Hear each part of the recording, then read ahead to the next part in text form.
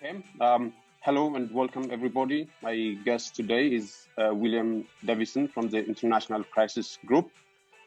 This is second conversation. We had one, I think, 2 weeks ago, if I'm not mistaken.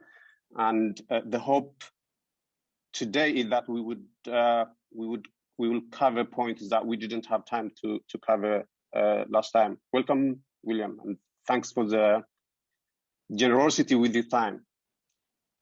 Yeah, thanks very much for having me back. Yeah, definitely, as you know, enjoyed the discussion last time. I think it was very worthwhile.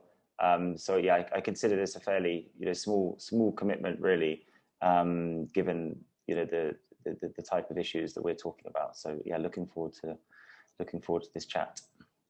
Thank you. If you will bear with me as I do some housekeeping. Please don't forget to subscribe, share, and like our channels. We're planning to have many more conversations of this time, so you don't want to miss on what we are doing. So please subscribe and share, and tell your friends to subscribe to our channel. So William, I thought we would start with the latest, or at least one of the latest reports on the war in Tigray. And that was a reporting from Reuters, which I'm sure you have read. I'm going to do it a huge injustice by providing the synopsis, like 1 minute summary of the report, and then I will ask you what you take it on that. So essentially, the report says that atrocities were indeed committed on the 9th of November in Mai Kadra. Following the burning of houses and killing of civilians by the Fano and Amhara militia forces in Hamora and other areas nearby Mai Kadra. And what happened in Mai Kadra on the 9th of November was in retaliation to what had been happening preceding that day.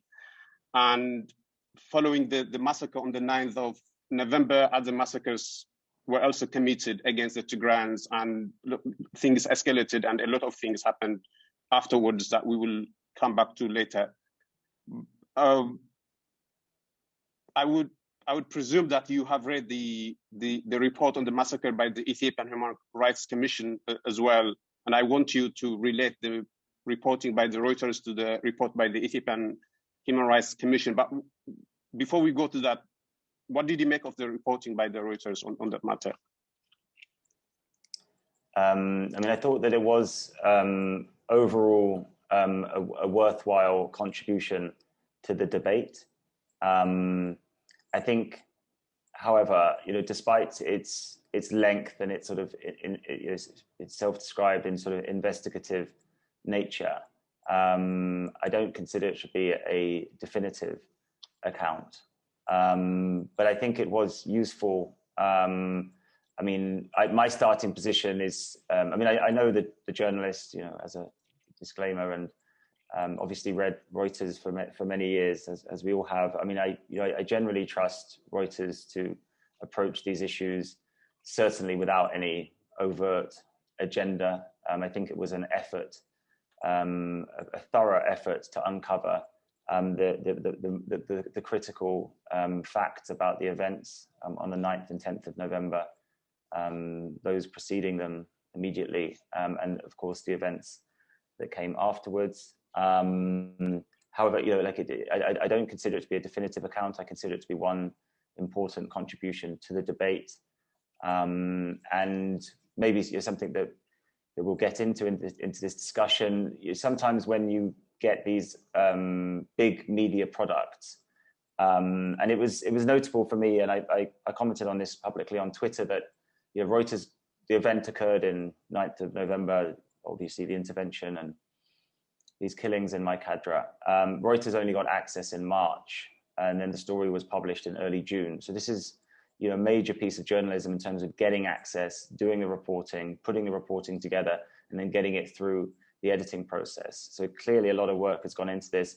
Sometimes you end up with a big media product, which tries to present a a somewhat overly clean narrative, because that's what the editors are looking for. They're trying to create a story of, I don't mean a fiction, but they're trying to present something which is sort of more easily digestible for their readers, especially when they're talking about a relatively unfamiliar country, a relatively unfamiliar part of the country, and about quite murky events. And sometimes there is a tendency for the media, especially in the editing processes, I think, to produce a narrative which is simply a lot cleaner than the reality, because reality, as we all know, is generally quite messy. And I think this idea that, you know, there was sort of two waves of attacks.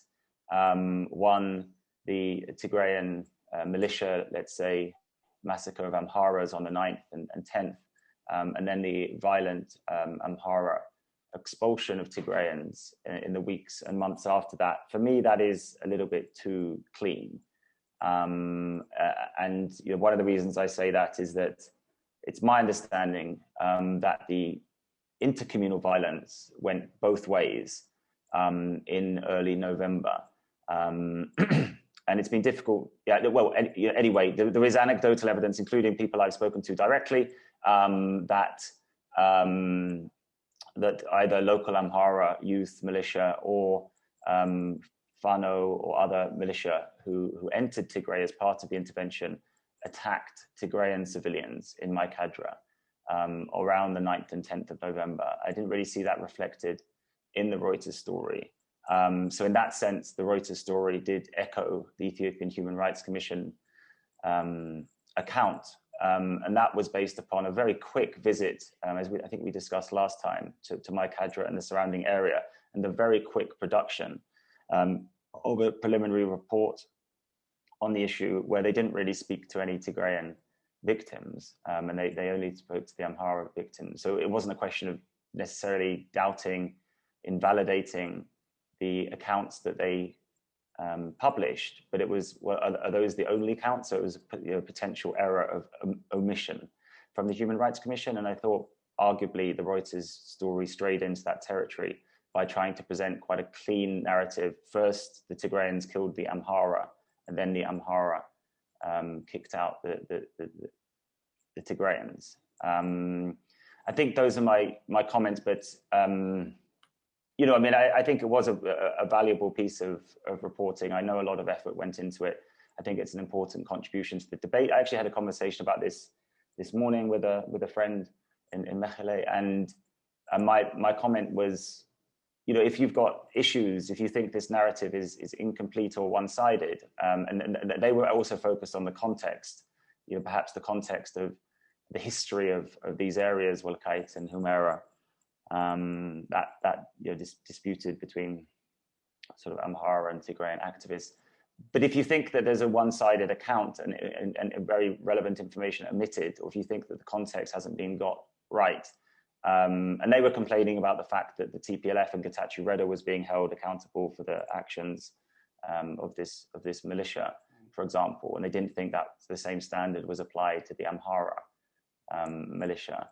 But it's one contribution to the debate. So people need to get out there explaining the context that has been, you know, incompletely portrayed. And again, if you think that there's important facts and witness testimonies, etc., that have been left out, you need to get out there and publish them.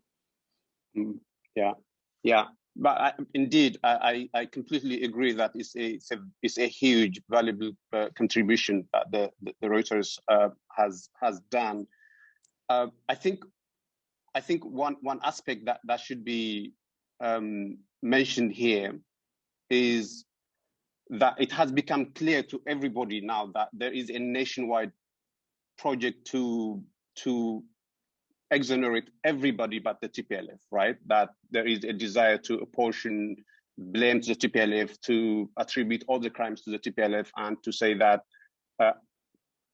at best, all the other things are collateral damages, and that there is nobody else doing crimes, be it in Western Tigray or elsewhere else.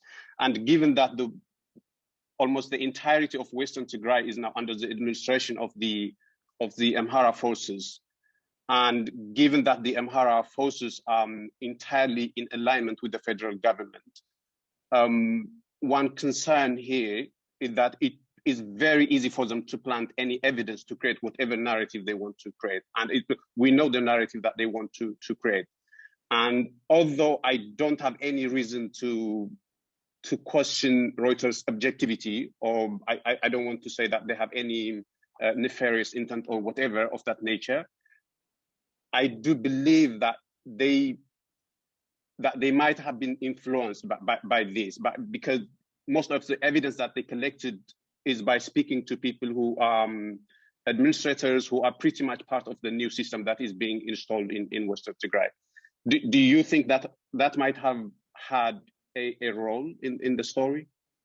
Yeah, I think what you just said is a detail which fits into some of the sort of concerns that I expressed more broadly. For example, with the Human Rights Commission, it felt like that trip was facilitated deliberately by the federal government and by the Amhara government to do the research, and so there was concerns about who was being made available to speak to the Human Rights Commission in November. And then obviously we've had months of consolidation of Amhara control of that area. Although I believe the federal military is still securing the main roads and this type of thing. But months of Amhara administrative, also I guess security control at the local level. And I think that does lead to the concerns that you expressed becoming more prominent. Also, the few remaining Tigrayans in that area, I think inevitably they will have had to have taken steps to accommodate themselves with the new sort of power structures, and wouldn't really be in a position to speak out about the actions of their new rulers, let's say. As I recall from the article, there was just one quote from a Reuters report from the Sudanese camps. That seemed a bit unfortunate because, okay, we've got the whole narrative saying that these refugees are simply the killers from Mai Kadra, and they're all TPLF agents. But putting that aside, because that is a very partisan view and totally disrespectful to the people who fled for their lives and ended up at these refugee camps. It seemed appropriate to me that Reuters included more of those testimonies from the refugee camp, as we saw some of the reporting earlier this year and perhaps late last year from the Telegraph, for example, where people described where Tigrayans described the atrocities that they suffered during this period, and that could have helped to a controversial concept, but it could have helped to sort of balance the story. And as I think my view is that there is an element of balance that has to be struck here, because it seems to me that very broadly that amid a violent annexation of Western Tigray as part of the federal-led campaign to remove Tigray's government, that there was a lot of violence, obviously, particularly in Western Tigray, involved in that campaign, and that Tigrayans on the ground, whether individuals, groups, militia, or the security forces, at times they fought back hard, and indeed they took preemptive measures at times. So I think there is, to some extent, there's two sides to this story. I'm not saying it's equally balanced, and I don't know the proportion. I certainly don't know for sure the proportion of victims from each ethnicity. But I think, things could have been done to improve the way the context was described, and also more testimonies from the Tigrayan side could have been included. Another important point here, Teklay, and I think something that's overlooked given everything that we have to incorporate into our analysis, is we shouldn't forget just how important first of all, the Galiso massacre in, I think, West Walaga, but anyway, one of the Walaga zones in Oromia on the 1st of November, immediately attributed to the Oromo Liberation Army, Shane, and Amhara civilians reported to have died. And immediately, of course, the TPLF was described as having sponsored the OLA and therefore being responsible for that attack. That was on November the 1st. That was 2 days before the intervention, 2 days before the Tigray government moved to take over the Northern Command. And we had that debate in Parliament immediately afterwards. Shall we label these organizations as terrorist groups? A process that's now gone through for both those organizations, the TPLF and the OLA.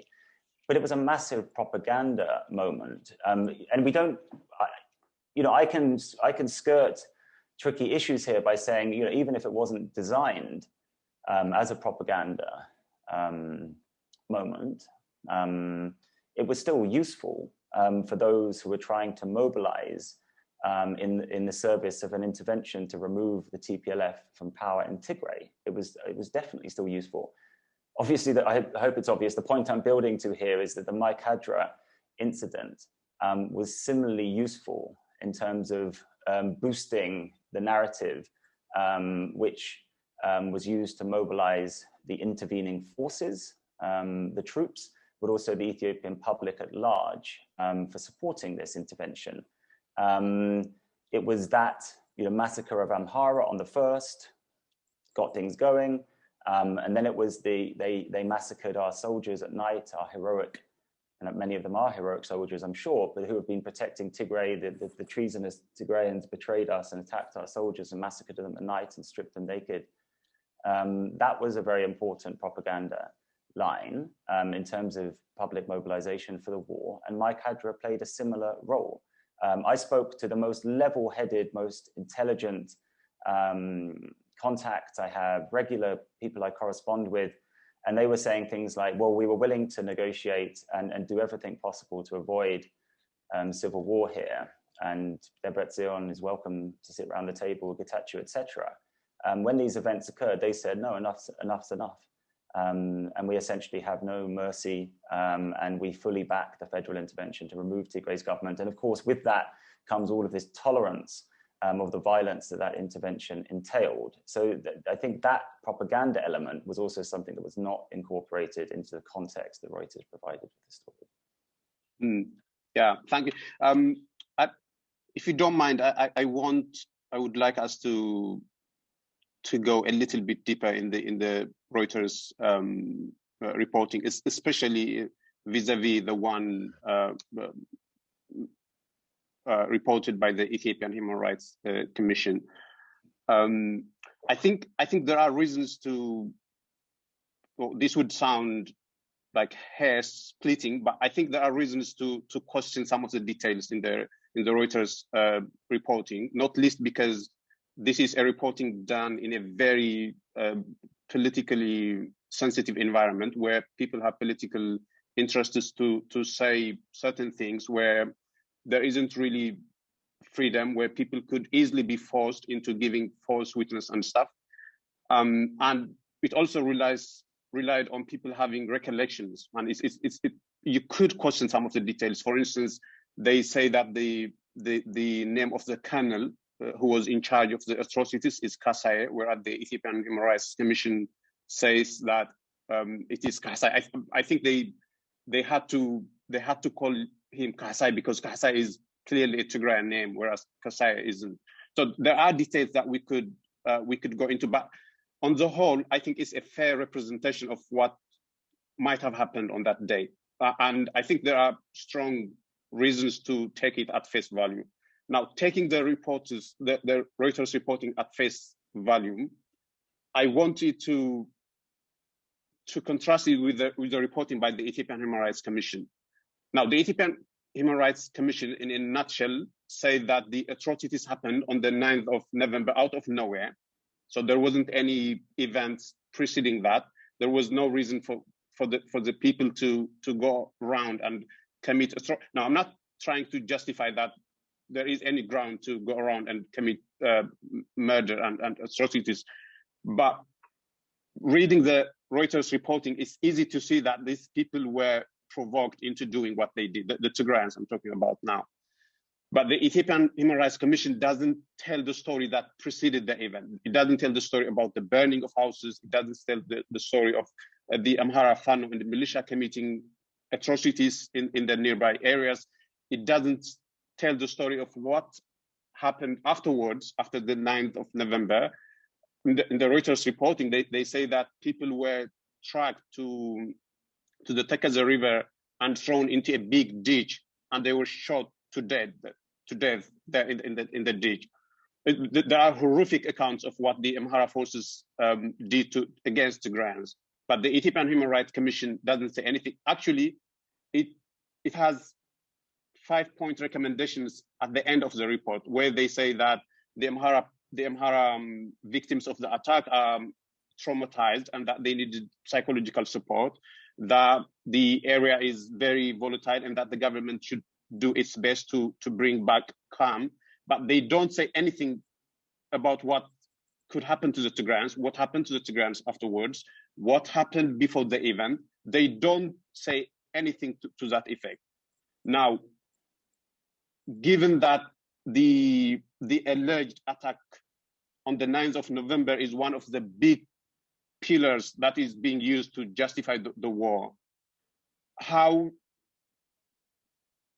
what kind of blame do you apportion to the Ethiopian Human Rights Commission and to the main person in charge, Daniel Bekele?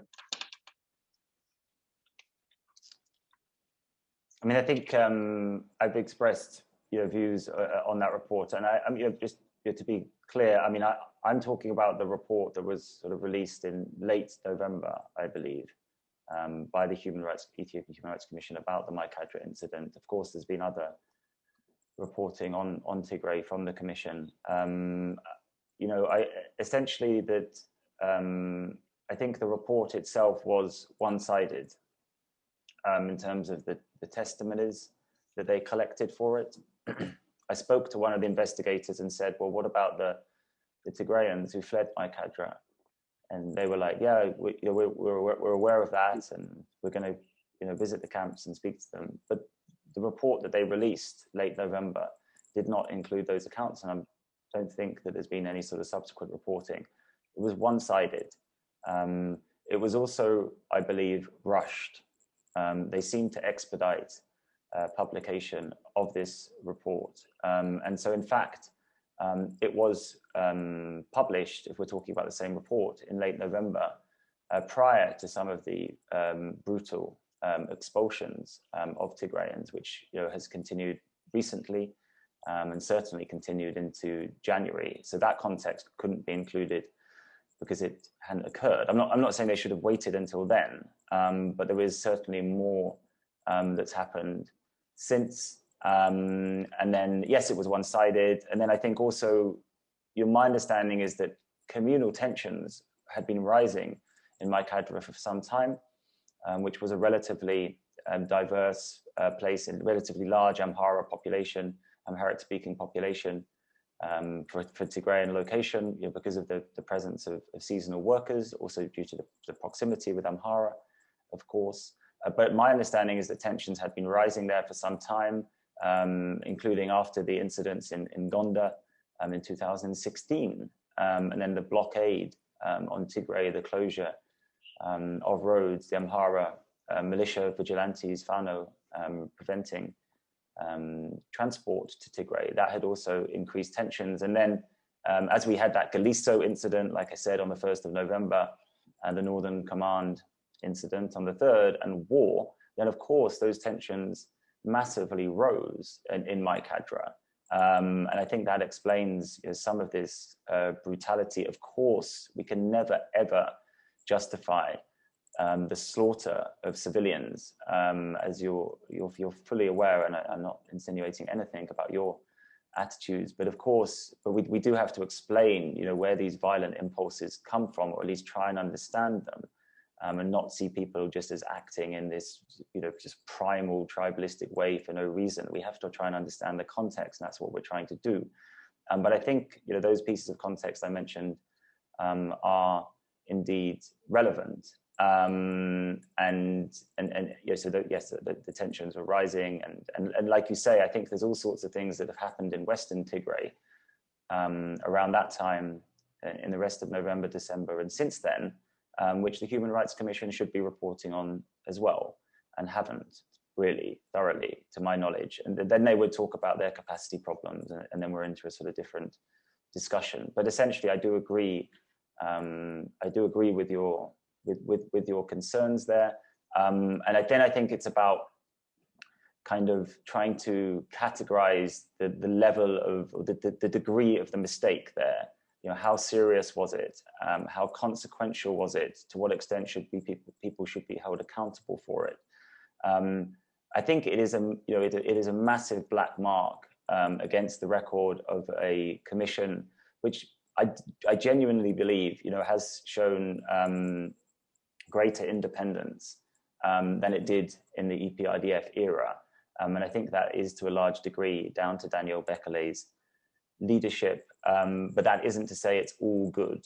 I don't think he should have insinuated about the idea that the refugees were simply sort of TPLF agents, sort of portraying a TPLF narrative, which is something that he kind of did. There's been times when he strayed into the constitutional debate and suggested that Ethiopia's human rights problems are a consequence of the the constitutional order.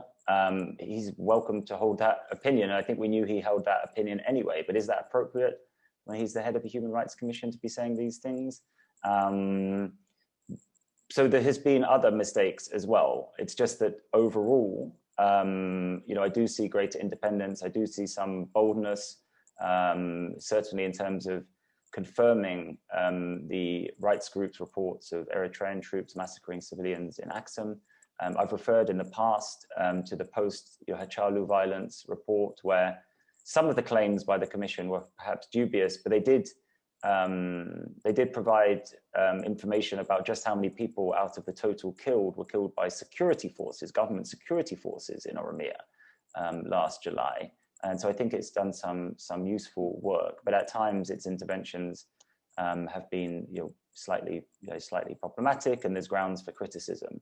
And I do think that I understand your highlighting of this issue, because given the context that it occurred in, of all the public mobilization and propaganda and the ongoing intervention, it was a very, very significant intervention. And therefore, because it was so significant and it contained these weaknesses that we've discussed, that is really quite a major error. Yeah. Good that you mentioned the Ethiopian Human Rights Commission and the man who heads it. And so let's segue into that discussion. Now, to me and to many Tigrayans, it's obvious that Daniel Bekelay and the Ethiopian Human Rights Commission is at best an important cog in the machine that Abiy is designing to destroy his opponents. But you seem to believe that he is an institution and a man who are trying to be independent, who are trying to do their best under the given oppressive circumstances, right? But the accusation that I would level at you and at the international media in general, in the way that they perceive the Ethiopian Human Rights Commission, is that it doesn't have any semblance of independence as far as I'm concerned. The best that I have seen him do is he would go, for instance, into places where atrocities had allegedly been committed, and he would say that, well, they were collateral damages. He would never blame the government. He would never say that this had been done by design. He would never apportion blame to government officials. He would never even say that the Tigray genocide, which it is for me, is war. He has so far avoided the term war. He would say war situation, he would say conflict, he would say other euphemisms, but he would never say war. Now, you could say that is because he had been prohibited to use that word. But again, I go back to the allegation that he isn't by any measure independent. But I think you have tweeted a couple of times saying that he is an independent man. And I was reading actually an article on The Guardian waxing lyrical about how independent he is, how he's a person of integrity, and how he's trying to, bring the institution into reputation and stuff. So why would you say he's an independent an independent man and he's leading an independent or non-partisan institution? Could you explain that? I think the reason that, where we can identify the difference between us here is that, if you're saying things like, that Daniel Teklay or the EHRC do not have a semblance of independence, I would disagree with you. I think that we can see at times, as I just described, with the Mai Kadra report, that preliminary report in late November, we can see times when they do seem to have taken essentially a pro-government position, and they deserve to be criticized for that. But I don't think at all that the overall record of the commission since Daniel took charge of it demonstrates some sort of slavish obedience to the prime minister, to the ruling party, to the federal government. And at times, indeed, they have criticized the government for excesses, for abuses, whether that's in Oromia, whether that's in Tigray, or elsewhere. I'm sure they could have been stronger in their criticism. Perhaps they could have been more specific in their criticism. And I think those are entirely valid types of criticisms for people to make. But I also think that if we're talking about context, then we should understand that it is a difficult operating environment for anyone in Ethiopia who's trying to uncover crimes by political crimes, let's say, whether it's by the opposition or by the government. I think that applies to the Human Rights Commission. We've seen very strong criticism of it by the Oromia authorities. For example, we saw the Attorney General's office initially undermine it when it sort of claimed that no civilians died in Aksum at the hands of Eritrean troops. The Attorney General's office essentially had to walk that back or correct that view. But you can see, and we can all understand, I think, the political pressures that the Commission is operating under. And I think that should be taken into account. So I can see problems of independence at times, but I think it's going too far to make these sort of blanket statements that it's showing no independence. And I do think that it is a more independent institution in important ways than the Ethiopian Human Rights Commission was under the EPIDF. I can't remember everything I've said about this, Teklay, but I've just been trying to sort of use shorthand to describe what the Ethiopian Human Rights Commission is. So I sometimes call it an autonomous federal institution. I've just started calling it a federal institution now, but it is quite attached, and I think Daniel and people in the organization are quite attached to pointing out that it is accountable to Parliament, and legally it is an autonomous institution of the federal government. So I think we do have to kind of at least note that. Hopefully maybe to close this section and move on to other areas. Not that it's not important or your points aren't valid, but Daniel Teklay and Bertka Mideksa and Agacho Tsige and Bahanu Naga, these people, well, what do they all have in common? They have 2005 in common. They have those disputed, violent elections in 2005 when the opposition claimed victory. The security forces cracked down. The Prime Minister Meles accused the opposition of trying to seize power by force. Others accused Melez's government of acting in an incredibly draconian and brutal manner. And that led to the mass jailing of the opposition, people fleeing into exile and launching armed insurgencies against the government led by the EPIDF, of which the TPLF was a core part of.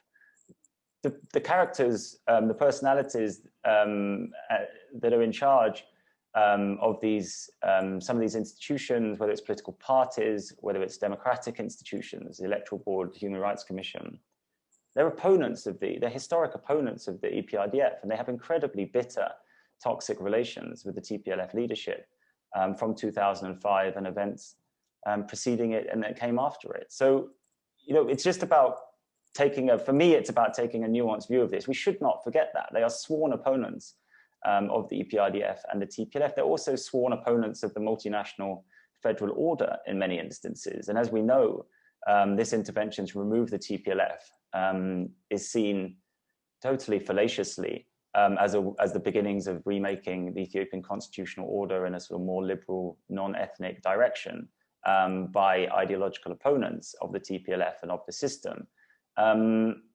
These things exist. You know, this history exists. These ideologies, these positions exist. I don't think that Daniel Bekele is. By no means do I think that he's spending all his time in cahoots with like-minded other Ethiopian figures working out how to undermine and deconstruct the federal system. But he is an opponent of it. You know, I think he thinks that it's a flawed system and that it contributes to communal tensions and violence in Ethiopia. And you know, it's the same for other opposition actors as well. And so part of this, the sort of problem with this, you know, what was hyped up, and I'm accused by doing this of various people, including supporters of Tigrayan activists and supporters, people who, you know, this hyping up of the process of enhanced democratization, let's say, since 2018. One of the problems is that it's also involved a political power struggle left over from 2005, and people seeing this as their opportunity to lead the federal government, to lead democratic institutions, to lead political parties, and finally come out on top of the TPLF, EPRDF, which came out on top of them. And used pretty brutal methods to do so in 2005. And of course, we could make exactly the same point about Eritrea. The Eritrea's government, Ethiopia's government, will tell us that they're just protecting their national security, and that Ethiopia would have fallen into total chaos if it hadn't been for the Eritrean intervention. Fine, you know, but let's not forget that they're also out for revenge here. They are out for revenge for the 1998 war and everything that came with it. And they're out for revenge for the TPLF, EPRDF government, isolating Eritrea internationally in the subsequent years. So I think we just have to keep these positions, these backgrounds in mind when we make our assessments. But that doesn't mean that Daniel Bekele or Bertukan are not, you know, to a large degree, they are trying to introduce some political pluralism here as well, some institutional pluralism here. And they are, you know, to my understanding, they are committed believers in sort of basic tenets of liberal government with those sort of autonomous institutions and that type of thing. It just so happens they also have something of a political vendetta going on here as well. Well, I think the main point here, and you raised it yourself, is that they have Daniel Bekele and Bertukan and the other people around Abiy Ahmed have an axe to grind when it comes to the TPLF. That's a phrase I was looking for, yeah. Yeah, and that has clouded their judgment. And on top of that, and this will sound like innuendo, and I don't want to sound that's what I'm doing, but Daniel Bekele is an ethnic Amhara, and given the circumstances, he wouldn't be the right person to objecate on matters related to Tigray for historical reasons. And I have actually tried to write a piece making this point that probably politically he believes that the TPLF had introduced this cancer called ethnic federalism to Ethiopia, and that the TPLF needs to be eliminated at any cost. And actually he has alluded to these beliefs on many occasions, but these aren't questions that I expect you to answer, so I will skip them. But we're talking about a man who I think 2 or 3 weeks ago said that he doesn't believe the government is trying to do anything deliberately in Tigray, that whatever damage had been inflicted on Tigray is a collateral damage. That is his belief. And you are saying that this is a person who is trying to be non-partisan, independent, and all other sorts of positive things. But I think I would have to disagree here, and actually vehemently, because there is no evidence to suggest that he is. And whenever atrocities are committed in Oromia, whenever atrocities are committed in Tigray, and there have been more than 100 of them now, the only atrocity that he felt the need to report on is the Aksum one. And even then, he almost said that that was a collateral damage again. And all the other atrocities, the one in Dengelat, the one in Tembien, the one in Adwa, and in a host of other places, he has kept dead silent. He isn't saying anything. So for me, independence of the Ethiopian Human Rights Commission and of the man is a delusion. I think yeah, a couple of points in there. You know, this claim that, you know, what happened in Tigray is the abuses that were committed by Ethiopian federal Amhara and Eritrean soldiers was just sort of, you know, a few bad apples, collateral damage. You know, the TPLF are to blame for it. This is, of course, is part of the broader articulation of the situation, which is, you know, a massive part of the problem here. It's, you know, it's not an acceptable, it's not a sufficient analysis of what's going on. There was all of this mobilization against the TPLF and, you know, essentially by extension, Tigrayans. And then we enter a war where it was a full-scale offensive to remove Tigray's government, using all force that they could gather, and it included this blockade upon Tigray. That obviously is going to entail massive damage for the civilian population. And I said at the outset prominently that, and I think it was one of the things that upset the Ethiopian government. I said at Al Jazeera, and it led to my expulsion. I was talking about the balance of power and how, whatever your reasons for this intervention, that, you know, this is going to entail very, very serious consequences, and that's why it has to be avoided at all costs. You know, that was obvious from the outset to many of us, and then of course, you know, as the war has gone on, this has become increasingly obvious. And then we have those other dynamics where that I'm sure we talked about previously, where the Tigrayan people are inclined to stick with their leadership that they believe was legitimately elected, and then the atrocities occur. In their mind, Tigrayan land is taken, and that leads to increasing support for their government, for the Tigray Defense Forces. But then you have people still committed to their military objectives. It seems to me that brings the civilian population increasingly into the firing line of the federal forces and those allied with them. And so to sit there and say, oh, well, this is just, you know, a few bad apples, some collateral damage, don't worry, you know, we've arrested 50 soldiers for rape. That misses the point of you know, what's occurring here and what the fixation on the military victory and the refusal to enter into political negotiations with a leadership in Tigray, which the Tigrayan people, as we all understand it, considers to be the legitimate leadership of Tigray. That is what is causing, to a large degree, the civilian suffering here. And so I think these are very, very, very inadequate explanations. There was another point I was going to make about the EHRC, but I think I've forgotten it. So yeah, let's continue. It might come. Yeah, let's continue. I think at some point you say that a balance needs to be struck whenever people report or investigate it. Teklay, the one, it's a very brief one.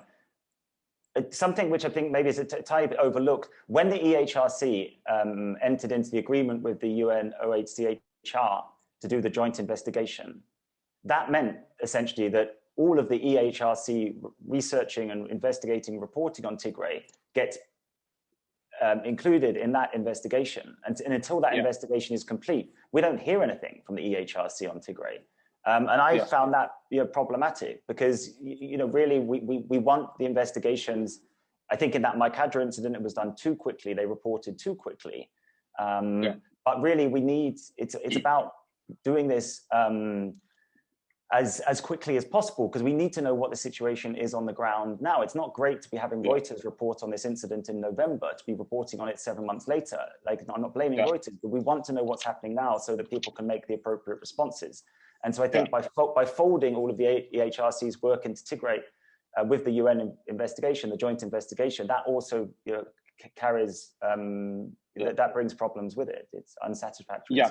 Well, an even bigger and more significant point in this regard, in my opinion, at any rate, is why was the Ethiopian regime absolutely against the UN unilaterally doing investigation in Aksum, but was totally for the Ethiopian Human Rights Commission to do investigation in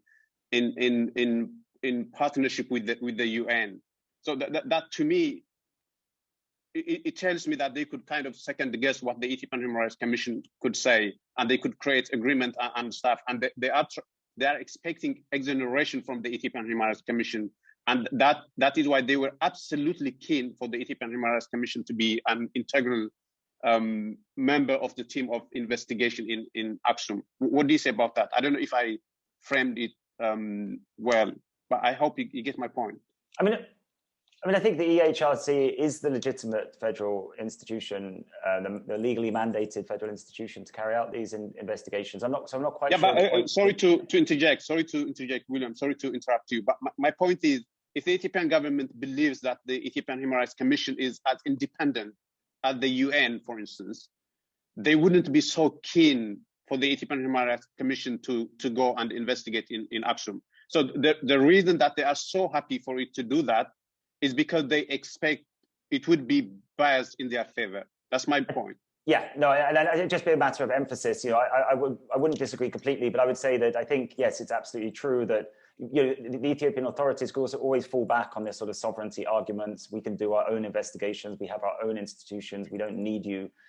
We have our own independent institutions. But the reality is that certainly the authorities would have more hope of influencing, controlling the EHRC than they would have hope of controlling and influencing either international rights groups like Amnesty or Human Rights Watch, or indeed the UN investigators. So I don't disagree with you on that point there. Yeah. At some point in our conversation, you say that there is a delicate balance that needs to be struck whenever reporting is done in Tigray. And I think that is a very charitable way of putting what we think is a fundamental mistake that international media do in Tigray, and that is exaggerating crimes that are allegedly committed by Tigrayans to kind of create a false equivalent between all the belligerents in Tigray.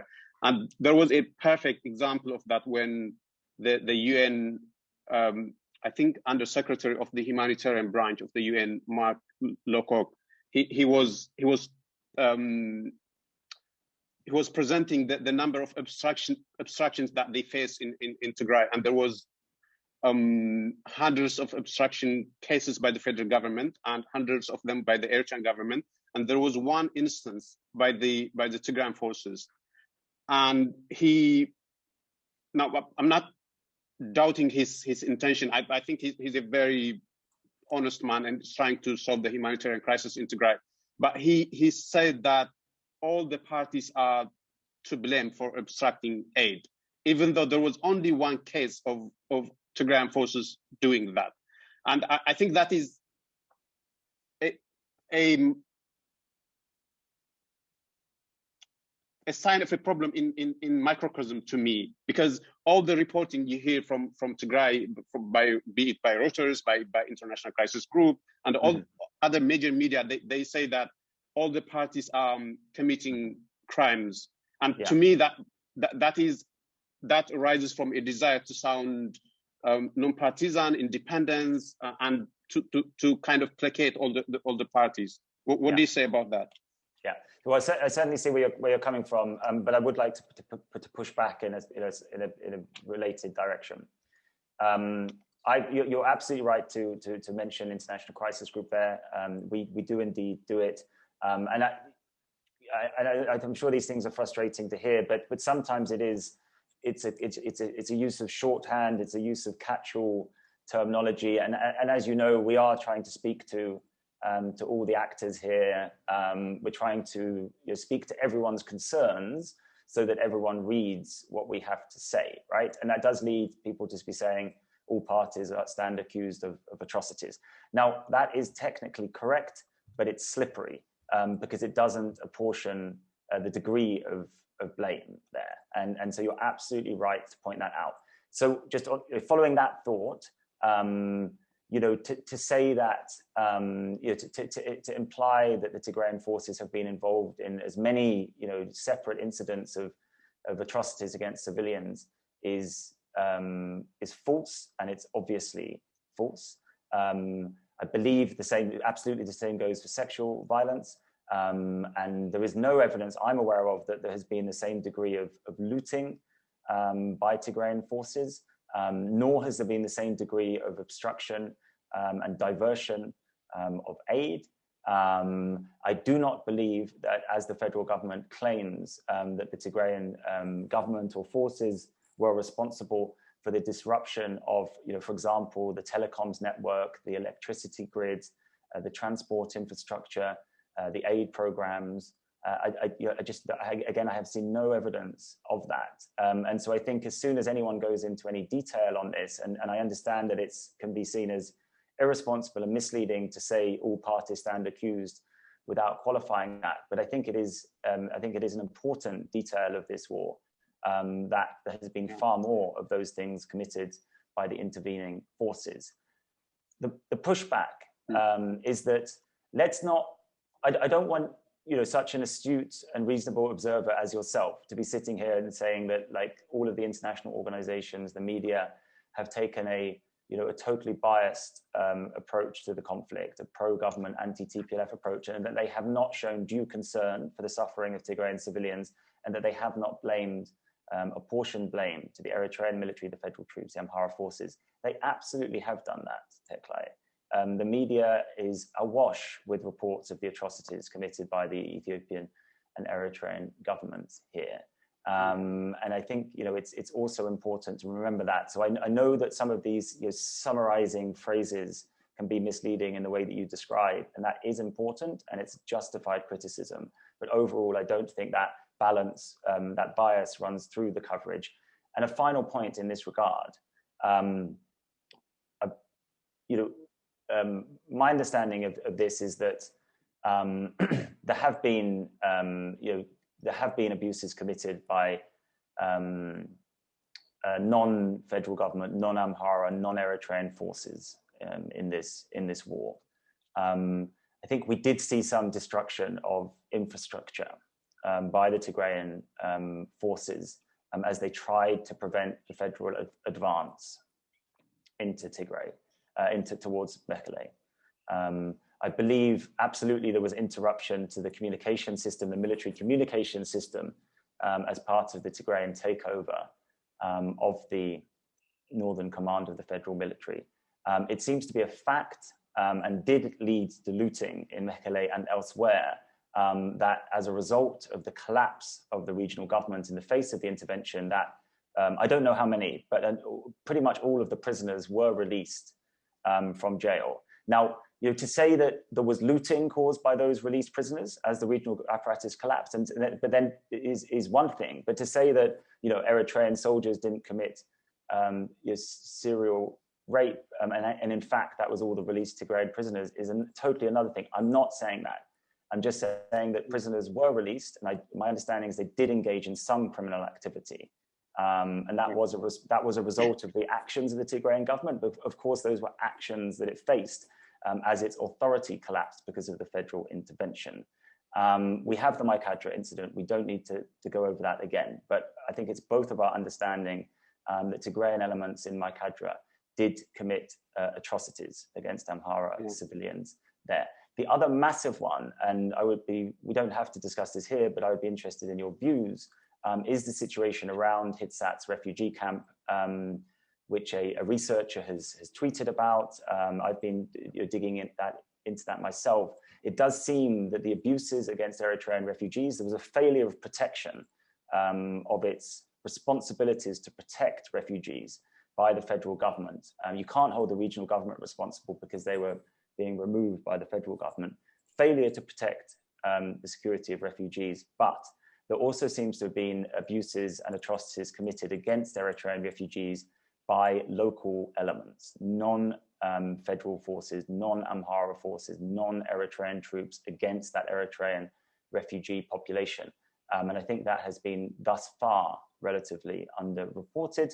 And then we also have, these raids into Amhara, into the sort of Waikimare area, where certainly there's allegations of atrocities committed against Amhara civilians there. So, my point is that there have been some atrocities committed by Tigrayan elements. Some of them have been overblown. That's the wrong word, but some of them have had an excessive focus on them, maybe in the context of the overall number of victims and number of atrocities here. I agree that those catch-all summaries can be misleading, but the media and the international approach here has not been overall biased, and indeed, some crimes by Tigrayan elements, all in the context of this terrible war and all the anger that brings with it. But some of those crimes, I believe, have not been that widely reported yet.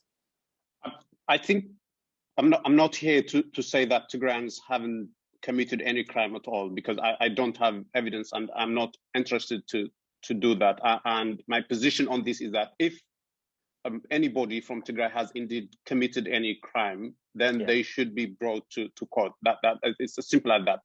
But I would add a caveat here, and that is that if you are depending on the Ethiopian government when you do investigation, then you are almost 100% likely to get a wrong picture of any situation that you are trying to investigate. And I think I would go as far as to say that the alleged major attack on the Northern Command, the Ethiopian government says that Mekelle was turned into a bloodbath, right? That's what they say on the 9th of the 4th of November. And I have grown to believe that maybe even nobody might have been killed that night, because I haven't heard from anybody from Ethiopia, from the government, or from anybody who had lost a relative that night. So it could as well have been a completely made up story. The so-called that the TPLF had killed soldiers that have been protecting Tigray against the enemies. That's how they frame it. And there should be, to me, anybody interested in getting to the bottom of things should push and call for independent investigation, kind of a tribunal to establish what exactly happened that night. It's absolutely important. And if indeed anybody affiliated with the TPLF had killed soldiers that night, then they should pay a price, even though they might try to justify why they might have done it. So that's my position. And I wouldn't be surprised if the vast majority of Tigrayans have the same position on this matter. I'm not trying to cover up for anybody. No, I understand. And I think that whole, the independence of the investigation, the thoroughness of the investigation, I think we're absolutely on the same page as that. I could see why there's these concerns about the involvement of a federal institution. The government is a party. The federal government is a conflict party here. That raises questions about the whole humanitarian operation. Obviously, humanitarian operations are supposed to be independent of the belligerents. It also raises massive questions about I think it really focuses on this independence of the EHRC, and that's why you're doing it, because the government is, if you think that the EHRC is essentially an arm or a tool of the government, then it's investigating itself. And that's obviously not satisfactory. But yeah, all of these elements need to be explored. I think, yes, I've had suspicions that certainly elements of that Northern Command incident were overplayed. I don't really doubt that there were firefights and the elements of the Northern Command resisted. That definitely happened in Dansha, and there was violence there, and so people died. The government. I'm sorry to cut you off, but the government hasn't given a name of even one person who was killed on that night in Mekelle, including in Mekelle, or including in places like Dansha. To my knowledge, including in Dansha. Okay, I mean, I think there's been reporting which have suggested, like I said, that deadly firefights occurred as some elements. Indeed, yeah, but I don't question that. But there isn't any list of Ethiopian members of the Ethiopian Defense Forces that were killed that night. even though that is the story that has been made that Ethiopians have been made to believe. Now, if you ask anybody, any Abiy supporter to ask them why they support the war, they would tell you, well, they had massacred thousands of our soldiers. What do you want me to do? I think the US ambassador Fitzpatrick, I think he said tens of thousands in a letter at one point.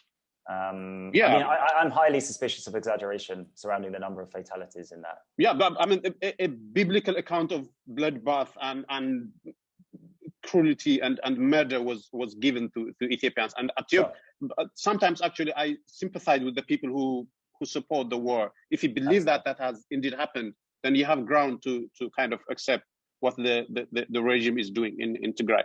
Yeah. But if you could, now I'm going to put you on the electric chair, as you Brits say, and interrogate you a little bit.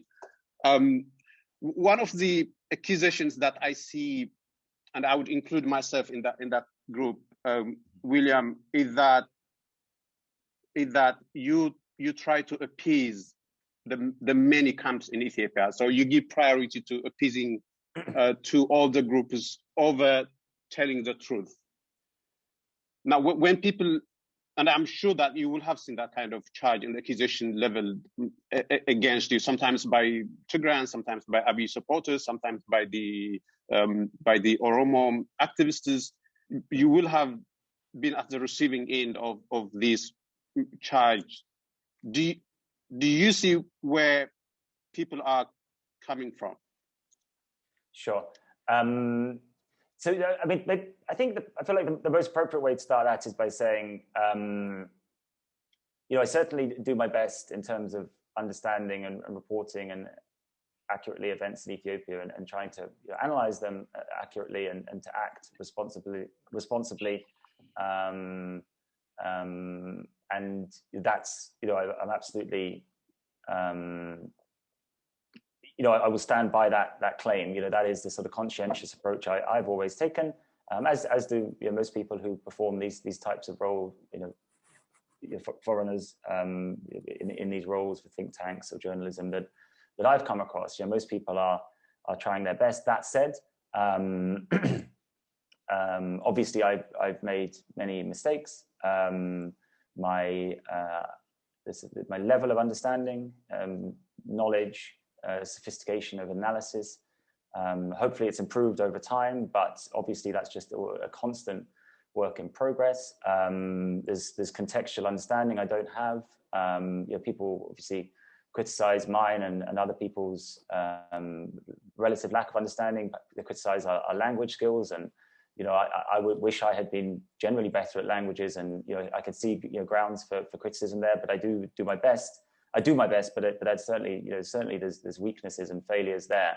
And so just to make clear, any sort of like defense I give isn't to say that that there isn't and hasn't been legitimacy to criticism. Of course there is, and I try and welcome criticism, try and engage with critics, always have done, make myself available, as of course I'm doing today.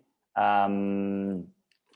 I think particularly where we are now in Ethiopian politics and the sort of role I have, we can speak going a bit further back maybe next, and some of these things are cliched, but they're also kind of true, and I think you just have to accept that. And that's we are dealing with this very, very polarized, divided political space. So it's very easy for someone like me to sit in the middle and say, well, I say one thing, it upsets the Amhara nationalists. I say another thing, it upsets the Oromo nationalists, and then the Tigrayans, and etc., etc. You might upset Abiy supporters one day, upset Abiy opponents the other. It's easy to say, well, I'm doing nothing wrong. It's all the other people who have their partisan positions, and I'm just sitting in the middle trying to be reasonable and moderate and neutral and whatever.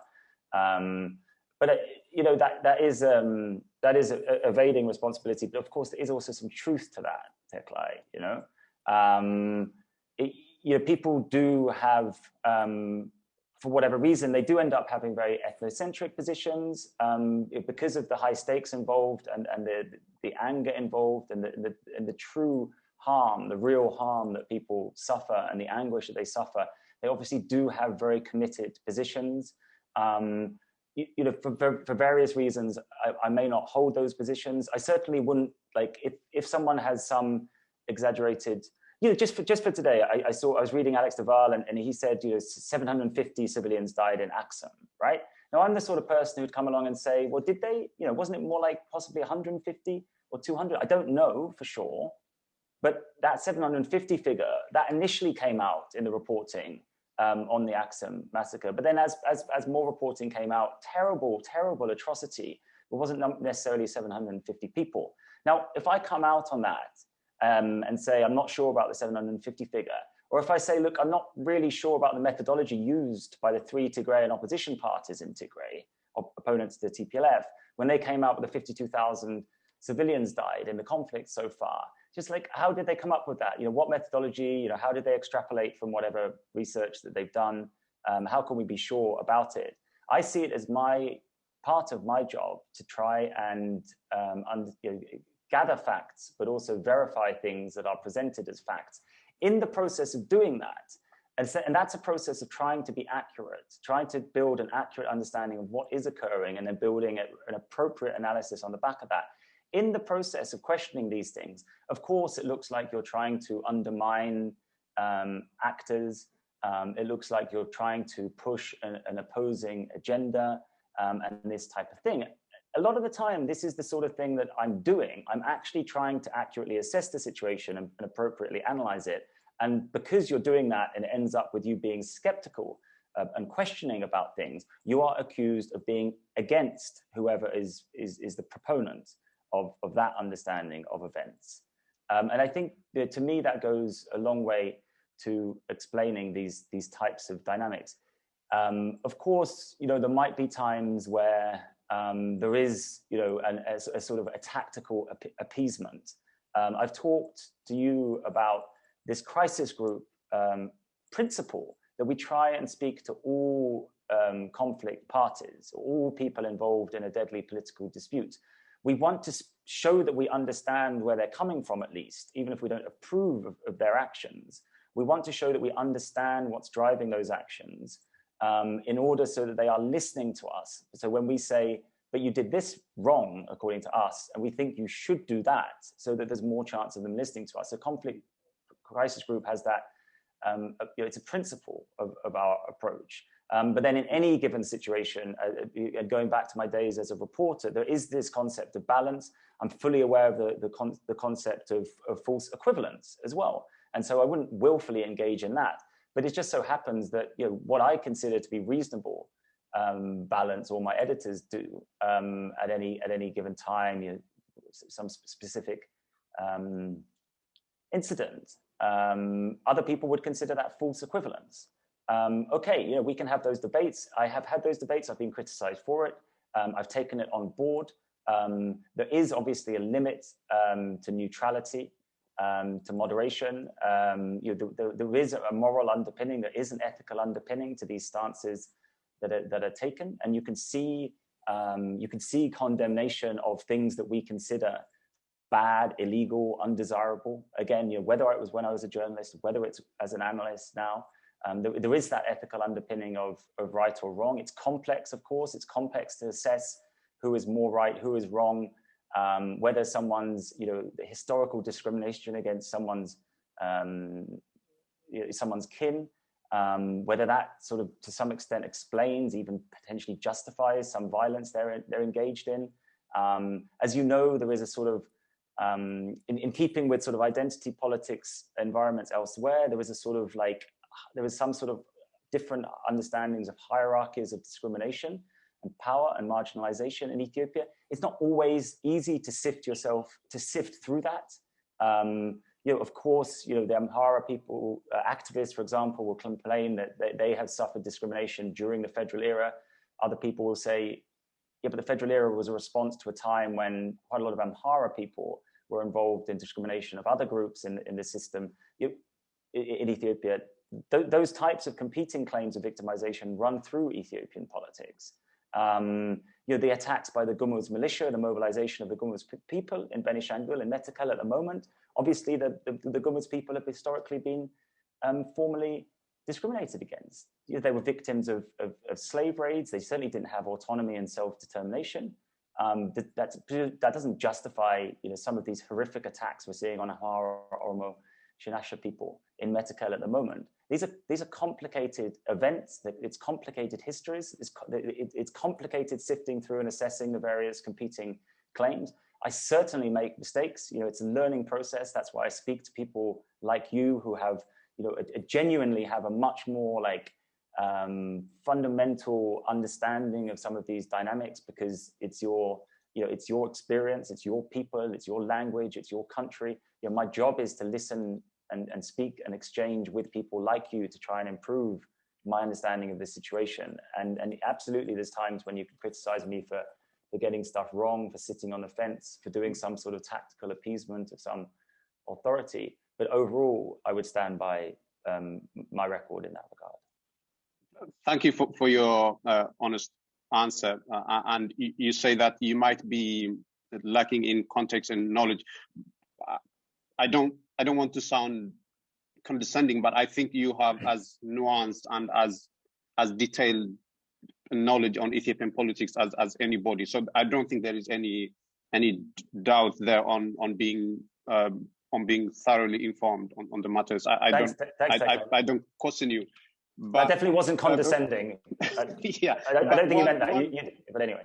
No, I mean every bit of it.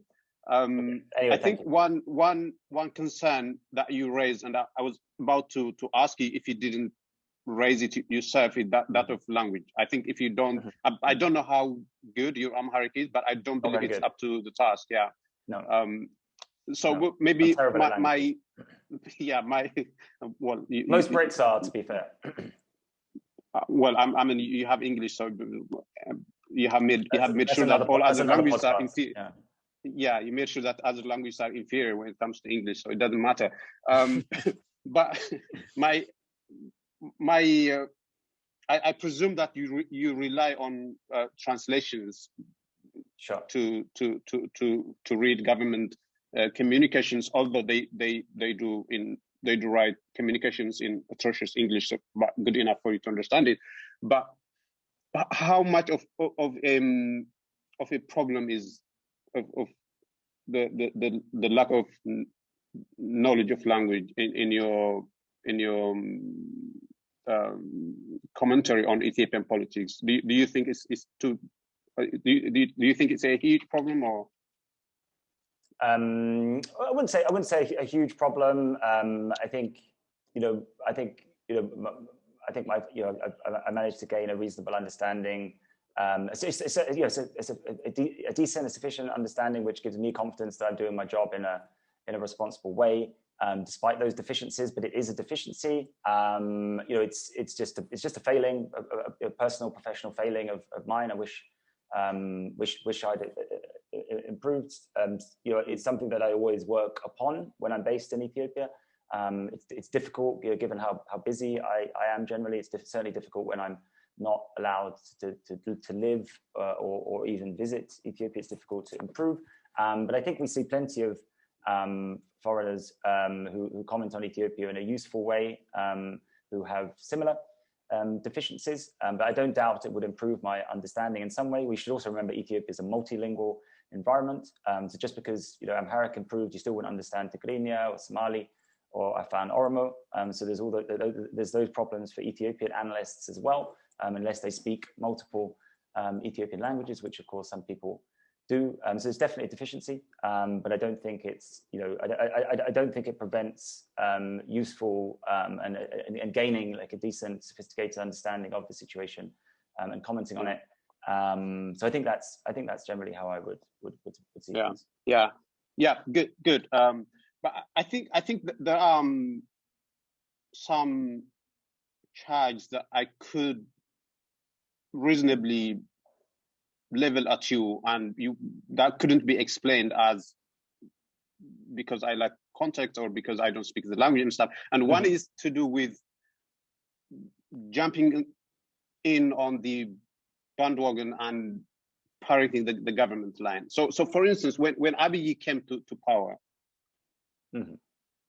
deep down, I'm going to use words that you wouldn't necessarily use, but you must have known that this was a fraud, man, trying to swindle people into believing certain things. When they gave him the Nobel Prize for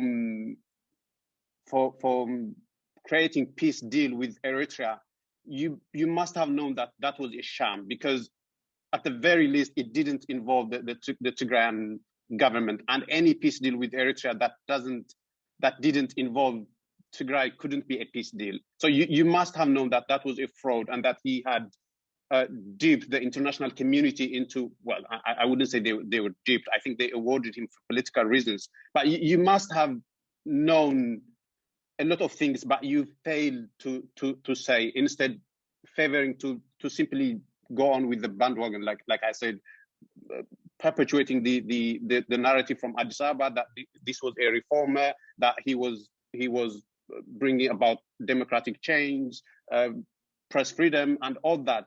So you had parroted those lines even when you knew that that wasn't the case. I was slightly confused by this critique of myself, which I've had seen experienced elsewhere. So I think I didn't, as like most people, I didn't know too much about Abiy when he came to power. I regret that. I genuinely regret not understanding more about the EPRDF dynamics, internal dynamics, as the protests were occurring. And indeed, prior to the protests, there's just a lot going on within the EPRDF, which wasn't necessarily kind of visible to me, and I was a bit late to work out just how integrally involved the OPDO and the ANDM had been in working with the protesters as a way to unseat the TPLF at the helm of the coalition, as they say. And so I wasn't following characters like Abiy. I remember Jawar saying to me,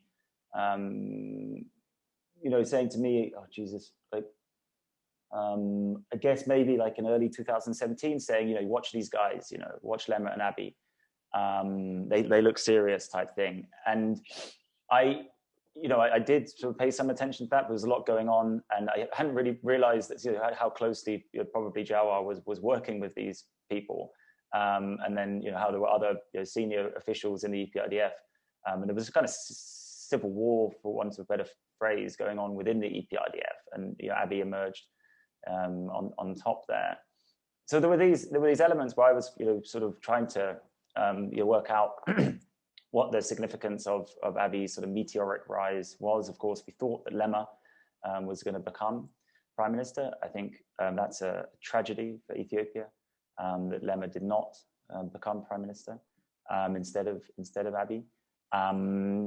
But I wouldn't say that I got unduly swept up. What I will say is that, as someone who'd covered Ethiopia since 2010 for Bloomberg and then others, what we had and what I understood was quite a genuinely kind of authoritarian system where control and discipline was absolutely prioritized by the government and by the EPRDF. There wasn't much space at all for dissent. There wasn't much pluralism. Instead, they were very much focused on maintaining order throughout the governing apparatus. Whether it's the party, whether it was the government, and also throughout the economy and society. There just wasn't that much space for dissent at all. And so my reporting and my understanding of the situation was it was quite an authoritarian developmental model. I was never one to say that all of the growth claims are fake, that there was no important investment in social services and infrastructure here, or that this is a kleptocratic regime.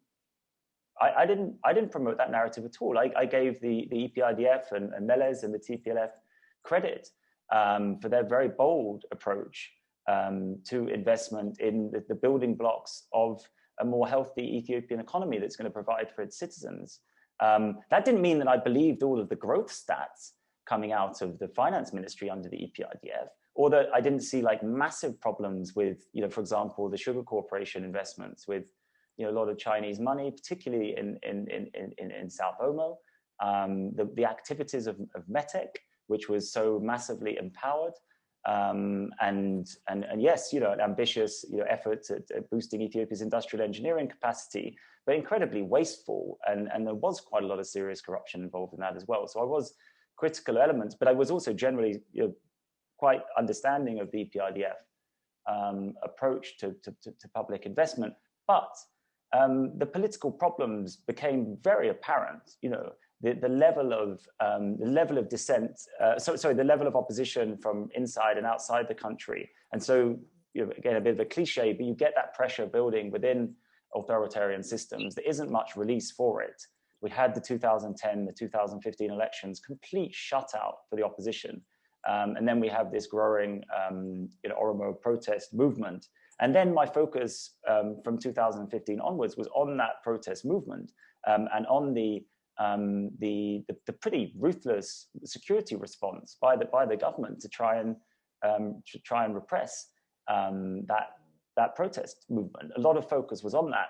And for years, Teklay, you'll remember, people were very worried about just how long this violence would go on, just how serious it would be, just how destabilizing it would be. I was never, from the Oromo movement, it seemed that they were willing to commit so many Oromo, or sort of sacrifice so many Oromo youth for this cause, but it didn't necessarily I didn't see the success coming. I could see that sort of, it's the wrong phrase, but the sort of insurgency, counterinsurgency dynamics going on for a long time and being increasingly destabilizing for Ethiopia. It was harming the economy. It was harming, obviously, in investment. The pressure was building. It was leading to all sorts of interruptions. You'll remember all the telecommunications shut down. It was difficult to travel around. It was very violent. And that was the scenario that was presented to the EPRDF in late 2017. EPRDF came together, obviously with the TPLF, and finally said, well, we've got to do something about this. This is going in completely the wrong direction. And then we had the internal EPRDF process. Haileselassie brought the leaders together in pretty much the 1st of January 2018, said, well, we're going to embark upon a massive process of political amnesty here. They started releasing en masse people from jail in the first months of 2018. There was efforts to change direction. And of course, part of that process was Haileselassie resigning, and then this power struggle within EPRDF for the new leadership. That was a necessary process of reform because the pressure was building within the system, and that was fantastically violent. Now, when it comes to that election for the within the EPRDF, which was in March, right? Is it? March 2018. So Debretsion wasn't going to be the new leader, right? Because the perception, the reality of TPLF control of the EPRDF and all of that wasn't possible. I don't think even the TPLF was going for that. But they weren't sure whether to back Shifarao Shigute from the SEPDM or Demeke Mekonnen. Now, who wanted Shifarao Shigute to be the I don't know the guy. I didn't hear too many great things about him, to put it mildly. And then there's Demeke. So, the selection of Abiy as prime minister, it would have been much better, certainly in retrospect, if it was Lema. But it seemed like kind of a good choice for Ethiopia at the time after Haileselassie resigned. And then, of course, Abiy made his speech in parliament, which kind of cemented this idea that it had to, just like now, it has to be a more inclusive political space. Like, okay, there's people we disagree with. We think they're irresponsible actors. They did this, they did that. We have to bring them back into the political sphere and try again, because there's too much violent contestation. And we need to open this up. We need to have a more pluralistic political environment in Ethiopia, right? Yeah. I was for that. I'm still for that. I have no regrets about that. But the issue then becomes these issues of intent and sincerity, where I've never been that convinced that Abiy is really a true liberal. Yeah. Does he understand sort of freedom of expression in a fundamental way? Does he value it in a fundamental way? I've never been particularly convinced by these things, but having someone say that they valued and were committed to those things, I thought that was necessary for Ethiopia. Like, it was always going to be messy. But I thought that sort of political opening, that sort of democratization push in those kind of classic liberal ways was necessary. But I didn't get swept up in this. I mean, I started Ethiopia Insight in August 2018. Look at the first articles on Ethiopia Insight that I was integrally involved in researching, writing, editing. We were very, very quick to highlight the problems of the transition, but also the way the transition was being handled.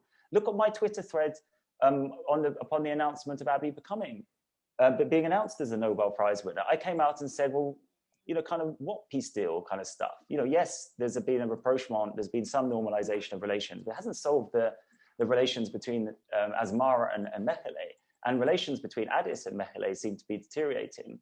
So, why is this the world's greatest peace deal that needs to be celebrated? Crisis Group, my organization, put out congratulatory kind of perfunctory, like congratulatory message on Twitter. I was saying, hang on a minute, and I was skeptical about these things.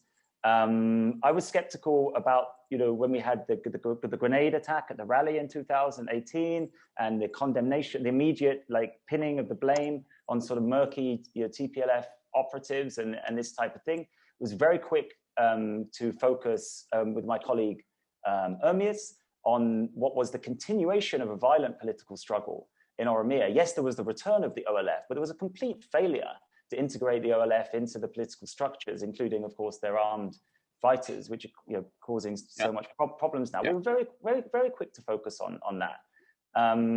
But Teklay, yes, I don't see things in black and white. So there is always another side to thing. So, as I said, I was for those liberal aspirations, the more pluralistic aspirations that were committed. And then also I do see elements where there has been actual tangible reform that we should still pay some attention, some legislative changes, some institutional issues. I wish I'd spent more time focusing on them. The politics has been so crazy and I have other things to focus on, but it has been some genuine efforts at important institutional legislative changes. We did see a genuine political liberalization. It's been a disaster, but we did see a genuine political opening. And also there's aspects of the economic modernization. And I do support I understand the state-led model. I do support the public investment model. I see the need for infrastructure, for roads, for telecoms, for water, and that is a priority for a country like Ethiopia, and you can't leave it up to the market. But I also saw excesses there, where it's sensible to introduce elements of competition, where there's a necessity, where there's no reason not to sell off some of these state assets, where the financial sector is strangled by this very, very, very protective model.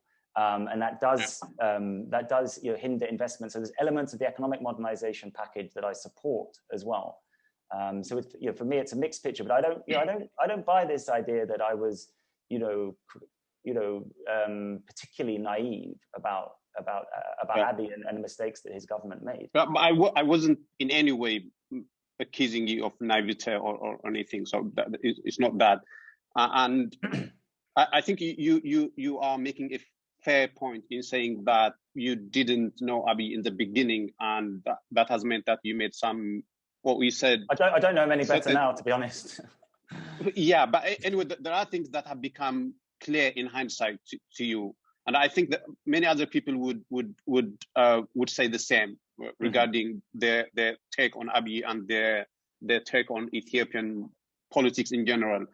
And I think that there was this great piece by the Norwegian professor. I forgot his name. He's a regular commentator on Ethiopian politics. Kjetil Trombo. Yeah, if I'm not mispronouncing his name. Yeah, where everyone mispronounces his name. That's fine.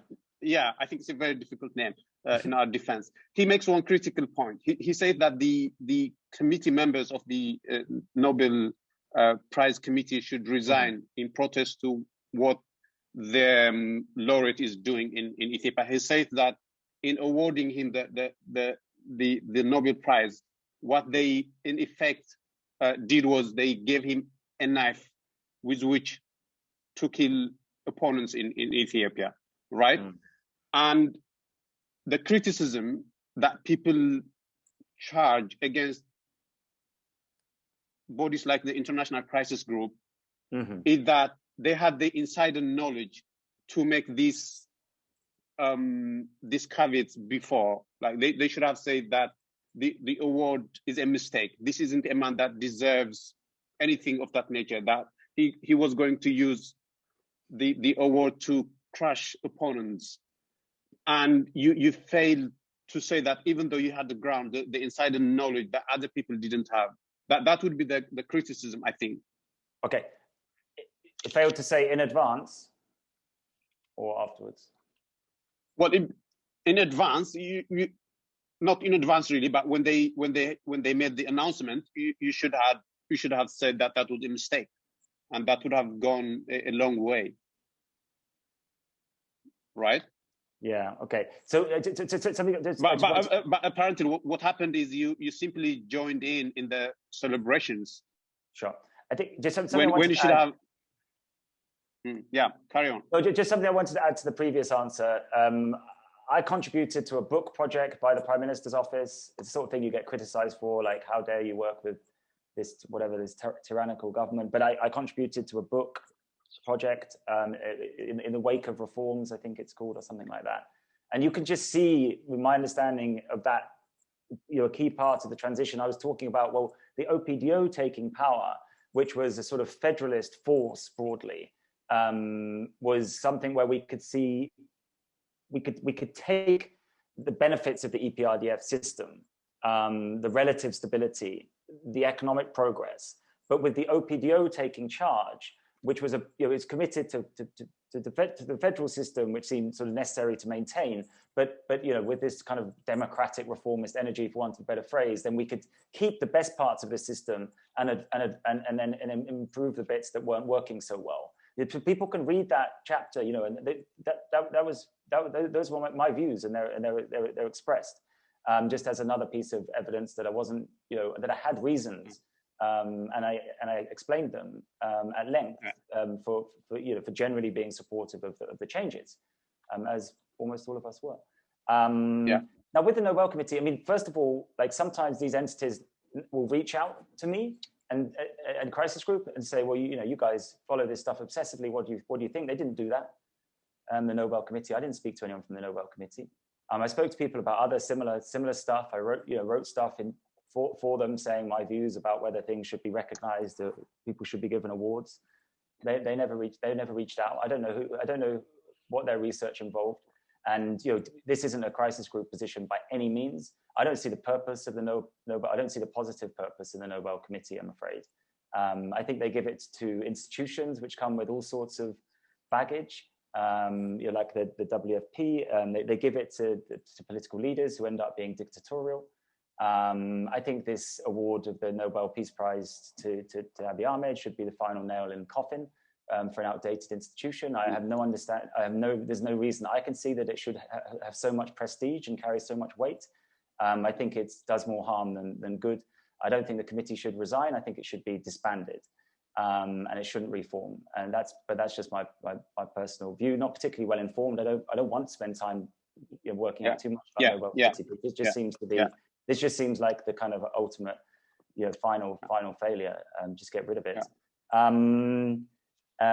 So there was that. I think it does have that prestige. It is respected. International Crisis Group has a certain position within the international system. Also, it has certain relations to maintain. There's a sort of diplomatic element to what we do as well. So naturally, there's going to be come out, and there's going to be a sort of congratulations for the winner. But if you look at our analysis and my analysis at the same time, I've already mentioned that Twitter thread. We were already talking about the brewing political problems in Ethiopia. They continued from the protest period, but also had been exacerbated by some of the management of the transition by Abiy Ahmed and by his government. We were talking about these things. We were mentioning them, and we don't have the ability to single-handedly discredit the Nobel Committee. But I think there's an outstanding case to be made that it completely failed here. And its justifications didn't really make any sense anyway. Given what we know, given what we know about, given what we didn't know about that peace deal. Then people will say, oh well, we gave it to try and encourage Abiy because he's got off to a great start. And I think that's the critical thing here, and it's what you raised.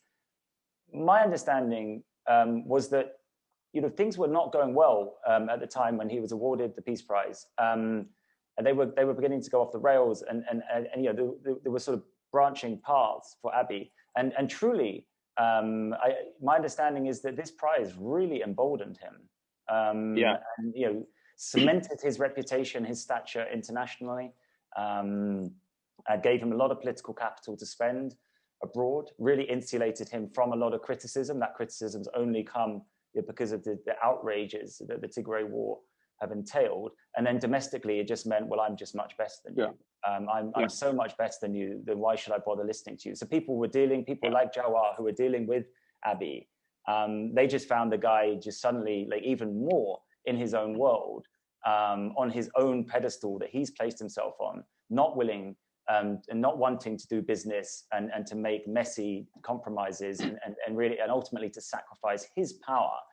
And then we see this increasing zeal and belief that he is the man to lead Ethiopia into a prosperous, harmonious future. And that those dynamics are part of the dynamics that's led to this exclusion of so many political actors and have taken Ethiopia into one of the most violent phases it's experienced for decades. I think, and you kind of briefly mentioned it.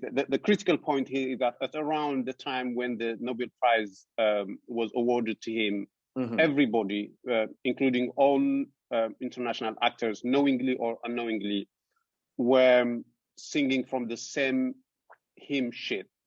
Except for people like Jawar, who were trying to raise the alarm that this isn't a man that deserves the Nobel Prize.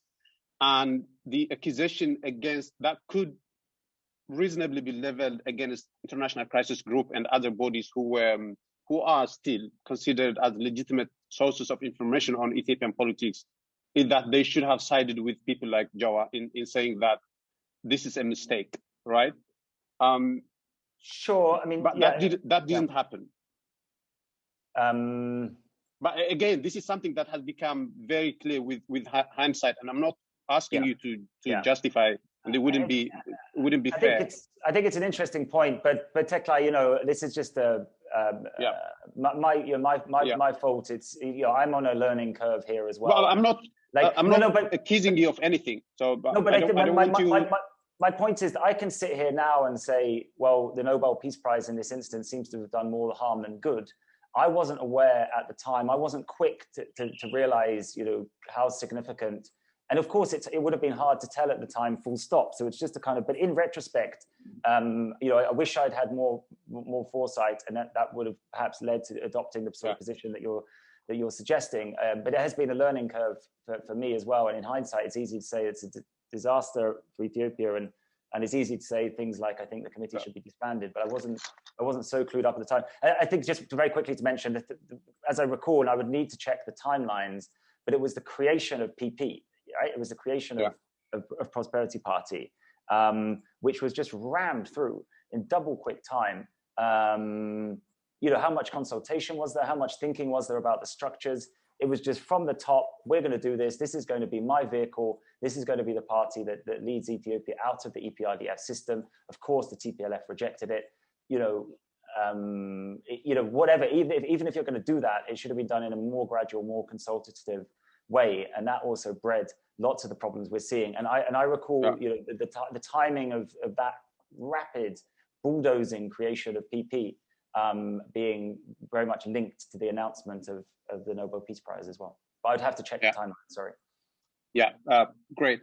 I think we have about 15 minutes to go, and if you could address what I think is the elephant in the room, and that's the so-called the 5% against 95% Amhara narrative. That's how I would like to characterize it. I would read two random sentences from reportings by International Crisis Group. I don't know if you yourself wrote it or not, but it doesn't matter. I'm reading them to kind of give you a hint of where I'm going with this. I became senior analyst in April 2019, I think. All right, yeah. So I have a report in front of me that was issued on the 16th of December 2019, titled "Keeping Ethiopia's Transition on the Rails." Sure. And in there, international crisis groups say that Tigray is another hotspot. The region's ruling party, the TPLF, controls the northern region, representing only 6% of the country, and it dominated the EPRDF's outsized control in the political party for the previous 30 years. I think I kind of butchered the sentence. It was more coherent than this. But another report that was issued on the 12th of June 2020, titled "Bridging the Gap in Ethiopia's North," you say the elites from Tigray, which account 6% of Ethiopia's population, have watched in dismay as Abiy has diluted power they had they had held for 30 years. Now, my question to you, William, is what is the penchant with the 6%? Why? What's the point there? I mean, first of all, like, these are just such potentially massively devastating issues that it makes me a bit nervous to talk about them, especially given the conditions that we have now in Tigray, and what seems to me a positioning from the federal authorities and other Ethiopian actors, where they seem to be willing to sacrifice so many Tigrayan lives, or see the loss of so many Tigrayan lives in pursuit of their political and military objectives in Tigray. It's just it couldn't be a more serious situation, whether that's through the humanitarian suffering or direct killing. I mean, one of the answers before, I was talking about the ANDM and OPDO rebellion within the EPRDF, where they kind of teamed up with the protesters. They facilitated anti-government, anti-TPLF protests. One of the issues there is the fact that the EPRDF and the voting, the composition of the decision-making committees was designed to protect the rights of minority states within the federal system, and most prominently that refers to Tigray. Oromia, 40 million people; Amhara, 30 million people; SNMP, 20 million people; Tigray, 6 million people, right? But they all have 25% of the vote. Part of the reason, and by no means all of it, we have all of the historical enmity and all of the anti-Tigrayan attitudes, all of the opposition to the multinational federal system, but part of the ANDM, OPDO struggle campaign to reduce the TPLF power was relating to that 25% vote and then 6% population. Prosperity Party, I mean, I don't think anyone really understands exactly how Prosperity Party works, but it's much more proportional to population as we understand it. So, if you're Afar or Gambella or whatever, yeah, sure, you've got a seat at the national table, but you've only got a seat proportional to your population. But it was this, what is it, consociational? I'm not sure how you say that phrase. I haven't said it too much, but it was those elements of the EPRDF system to protect minority states' rights. That was one of the things that led to the turmoil and the power struggle within EPRDF. The point here, Teklay, is that it is relevant. It is politically relevant. It's also thinking, if you also have genocidal thinking, like we saw from the Fano Amhara militia leader, oh, well, there's 30 million of them and 6 million of, there's 30 million of us and 6 million of them. So even if it's 1 for 1, we'll still be 24 million of us left after the battle. Insane genocidal ideology and thinking. It's disgusting. That's the 6% is also relevant to that type of genocidal mindset, but it's also relevant to the power struggle within Ethiopia, within its regional states, within the federation, the battle for the federation, the battle for resources, the battle for power, the ideological struggles, the battle for primacy within the EPRDF. It was also relevant to that. And I think that's where there's sort of like, as you and other critics see it, this sort of fixation on Tigray's minority population status. And then I think, then the other thing is, especially when you're in journalism, and you just have to find very, very crude ways of describing what you're talking about. So it'd be like Ethiopia, diverse country, ethnic federal system, autonomous regions, split between blah, blah, blah. And then one of the things that you'll say is that the TPLF, which rules Tigray, has been very prominent in the creation and the management of this federation. And so then it also comes in there and providing that quick and dirty context for readers who just don't know anything about Ethiopia. Yeah. And then the other thing that here is that, that EPRDF 25% split, quarter, equal voting within the EPRDF, that wasn't it in terms of TPLF control of EPRDF. And we just have meles, where we have the origins of the federation and the rebellion and the transitional government, where the TPLF was very prominent. Then we have meles. I mean, that was the TPLF leader and Ethiopia's leader, and he was just head and shoulders above other people in many ways, but certainly including power. And then we did have a Tigrayan predominance in the federal military that was reformed after the downfall of the Derg, obviously, partly because of Tigray's military experience. And then there was also, in my view and my understanding and my experience, there was also quite a lot of control of federal security institutions by TPLF officials. Some of the rest of it is just wildly exaggerated. The arguments about TPLF economic control and the dominance of effort companies and this type of thing, it's a load of propaganda. And I think generally in economic policy making, it was pretty split between the parties. But I did see quite significant TPLF control of security matters, and that also lends itself to these lines that TPLF was a very dominant coalition partner. Yeah, I do acknowledge that there were significant problems in the party apparatus in terms of representation and how they divided it up and stuff. So I'm not saying that the equal voting was wrong. I'm just saying it was a fact, and that that Oromo and Amhara ruling politicians, and also opposition politicians, they want a majoritarian system. Yeah. They want a majoritarian system. They believe that because they have the demographic majority, they should be ruling Ethiopia. Yeah.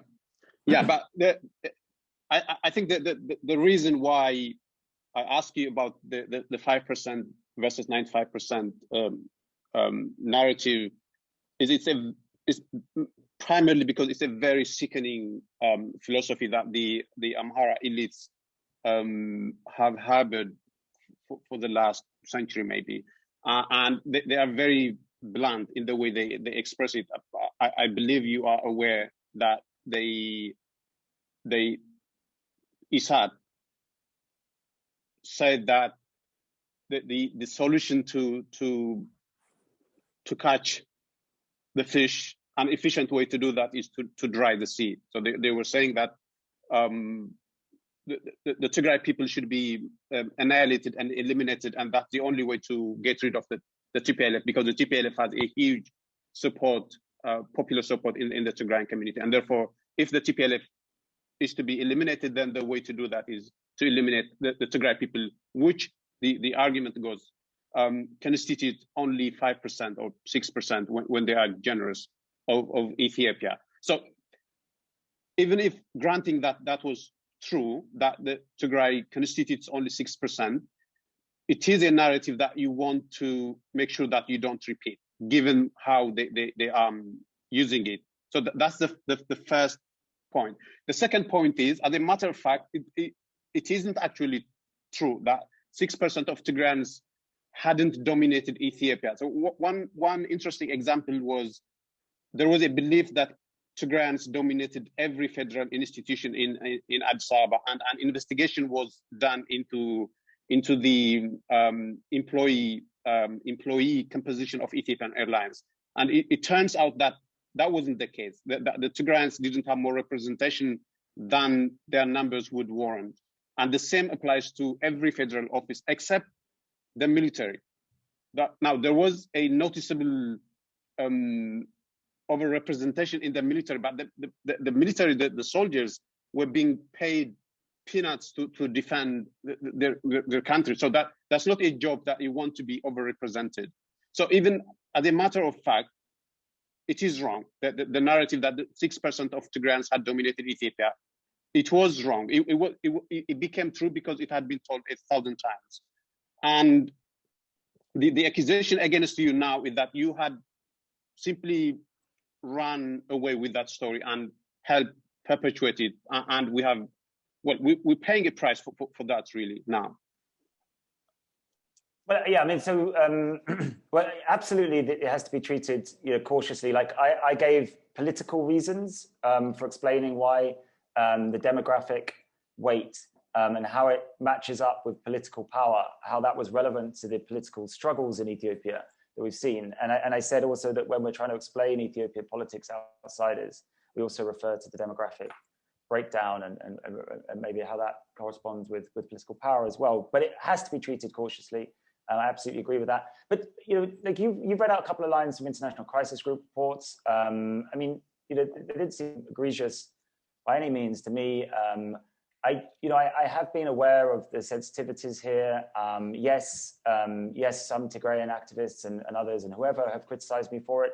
I think a lot of Tigrayan activists, including the leadership, has commended me for not jumping on an anti-TPLF bandwagon, for trying to understand the role of the TPLF and put it in context appropriately. And these, as with most things, these are things I've been attacked from most sides from. I have also made mistakes. I remember when I was doing some sort of like Facebook posting about my reporting experiences during the protests, I talked about how someone had reported that there was like a Tigrayan with a gun. And someone I corresponded with got very upset at me, saying you're perpetuating harmful stereotypes about Tigrayans. You're doing it in a casual manner. And I think just got to put your hand up and say that mistakes have been made. But for as many mistakes I've made in this area, I could also find the times when I phrase things appropriately. I could also show you struggles with editors and others where I've pushed back and said, where do you get, why are we citing that? How can we be sure about these claims of TPLF dominance? Well, there is no doubt that you do reporting accurately more often than not. And the reason we're having this conversation is because you are a very important voice on Ethiopian politics. So it goes without saying that you do report, of course, accurately. So yeah, and no doubt about that. But I think but the fact of the matter is that these mistakes that have made and maybe a certain naivety, again, a lack of foresight about the consequences of this exaggerated versions of the TPLF's dominance and then Tigrayan privilege, essentially. How catastrophic they could be in the context that we've got to. Like, yes, there is a lack of foresight. And I think all of the times when I have been or anyone has been irresponsible on these very sensitive issues, they do feed in a way into what's happening now. But that is also, like, I do consider those to be exceptions. These are issues I've been aware of for a long time and have tried to treat. I've definitely tried to treat responsibly. Yeah. And I couldn't be clearer now and as worried and as horrified as anyone of where this where the political bitterness and the enmity towards Tigrayans that we see on open display now. I couldn't be clearer and more concerned about just how damaging and how disastrous that already is proving, and it could get even worse for sure. And I think it is it's a tragedy, and there's so many things in Ethiopia where, like you say, we have these claims made and these narratives are created, You're referring to a study of Ethiopian Airlines and the military and stuff, but where was the actual, reporting and analysis to really explain, how the TPLF had controlled the country in the way that people were claiming? There's a lot of political narratives and then actions which are based upon just a lack of kind of substantive evidence, really. And I think, essentially kind of addressing the claims of Tigrayan privileged TPLF dominance that were made, and doing a proper accounting of that TPLF, of the EPRDF era. What did they get right? What benefits did they bring the country? What did they get wrong? That's what the country needs, and it's just an unsustainable position. Especially if you're kind of you're cutting the ribbon on Tana Belle's sugar factory or something, or you're promoting the Grand Ethiopian Renaissance Dam, and at the same time you're saying that the TPLF and the EPRDF was a junta and it was just a disaster for the country. It's not anything like a fair accounting of the record.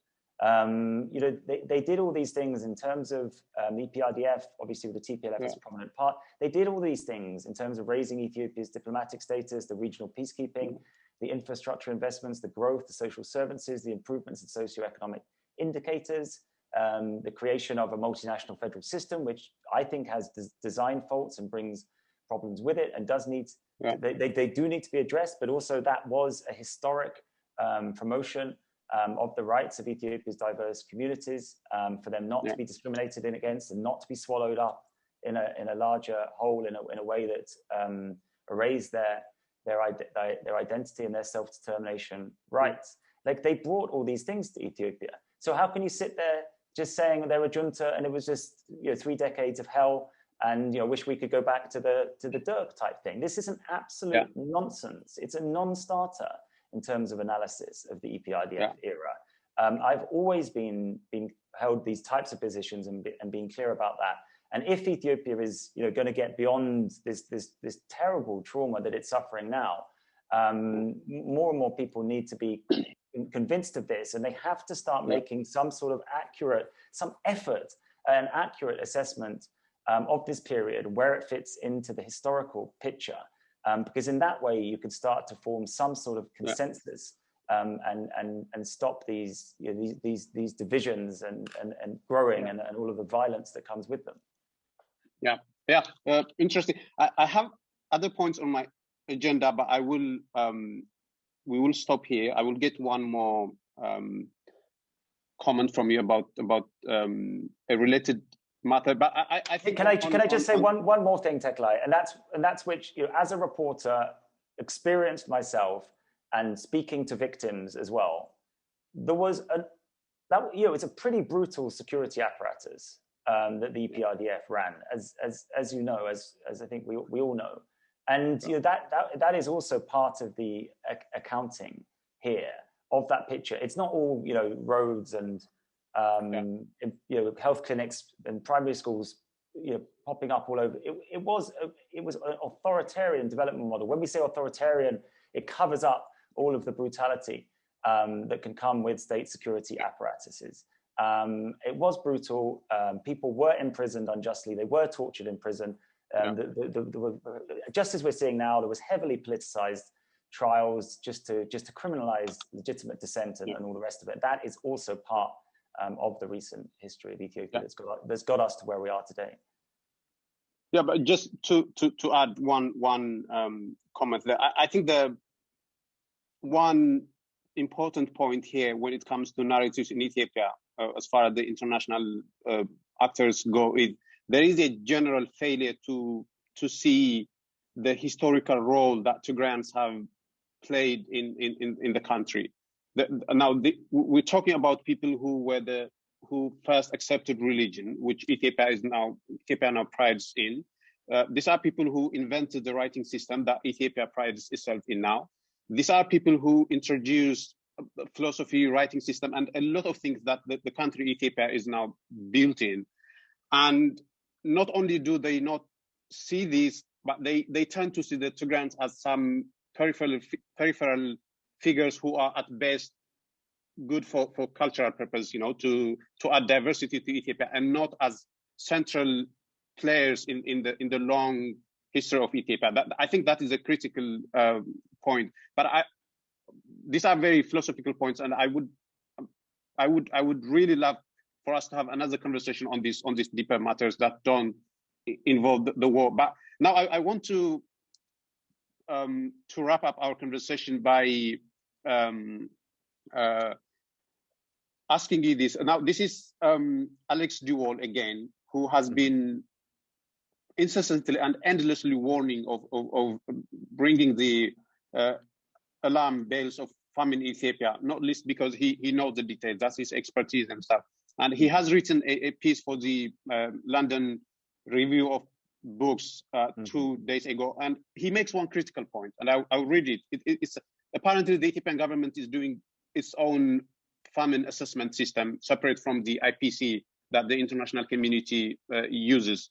And Alex Duwall warns this: it wouldn't be surprising if Ethiopia declared itself famine-free. If the UN or international donors give any credibility to such a claim, they will be complicit in the concealment of what is in effect a major famine already. Now, I think you get the point here. He's saying that the international community in general tend to accept the narrative, the stories that are told to them by Addis Ababa. And it's obvious that the Abiy would say there isn't any famine in Ethiopia. And if they bought that story, then they would be complicit in the people that would die as a result. Do you have anything to add here? I don't even know what I want you to add to this. I think it's a very, very critical warning that he's giving. I think that the Ethiopian government shouldn't be trusted, and that if anybody who wants to help Tigray should find a way to bypass the Ethiopian government and directly go to Tigray. I think that's his point. Yeah, I mean, I think it sort of does follow from aspects of our conversations. We're talking about like that, maybe that you've mentioned sort of trust in authority and not coming down one side or the other. I think we're in a sort of slightly different circumstance here. I think what we've seen over the past few months is just a nosedive in the credibility of the Ethiopian government in terms of its public positions, particularly given the situation in Tigray.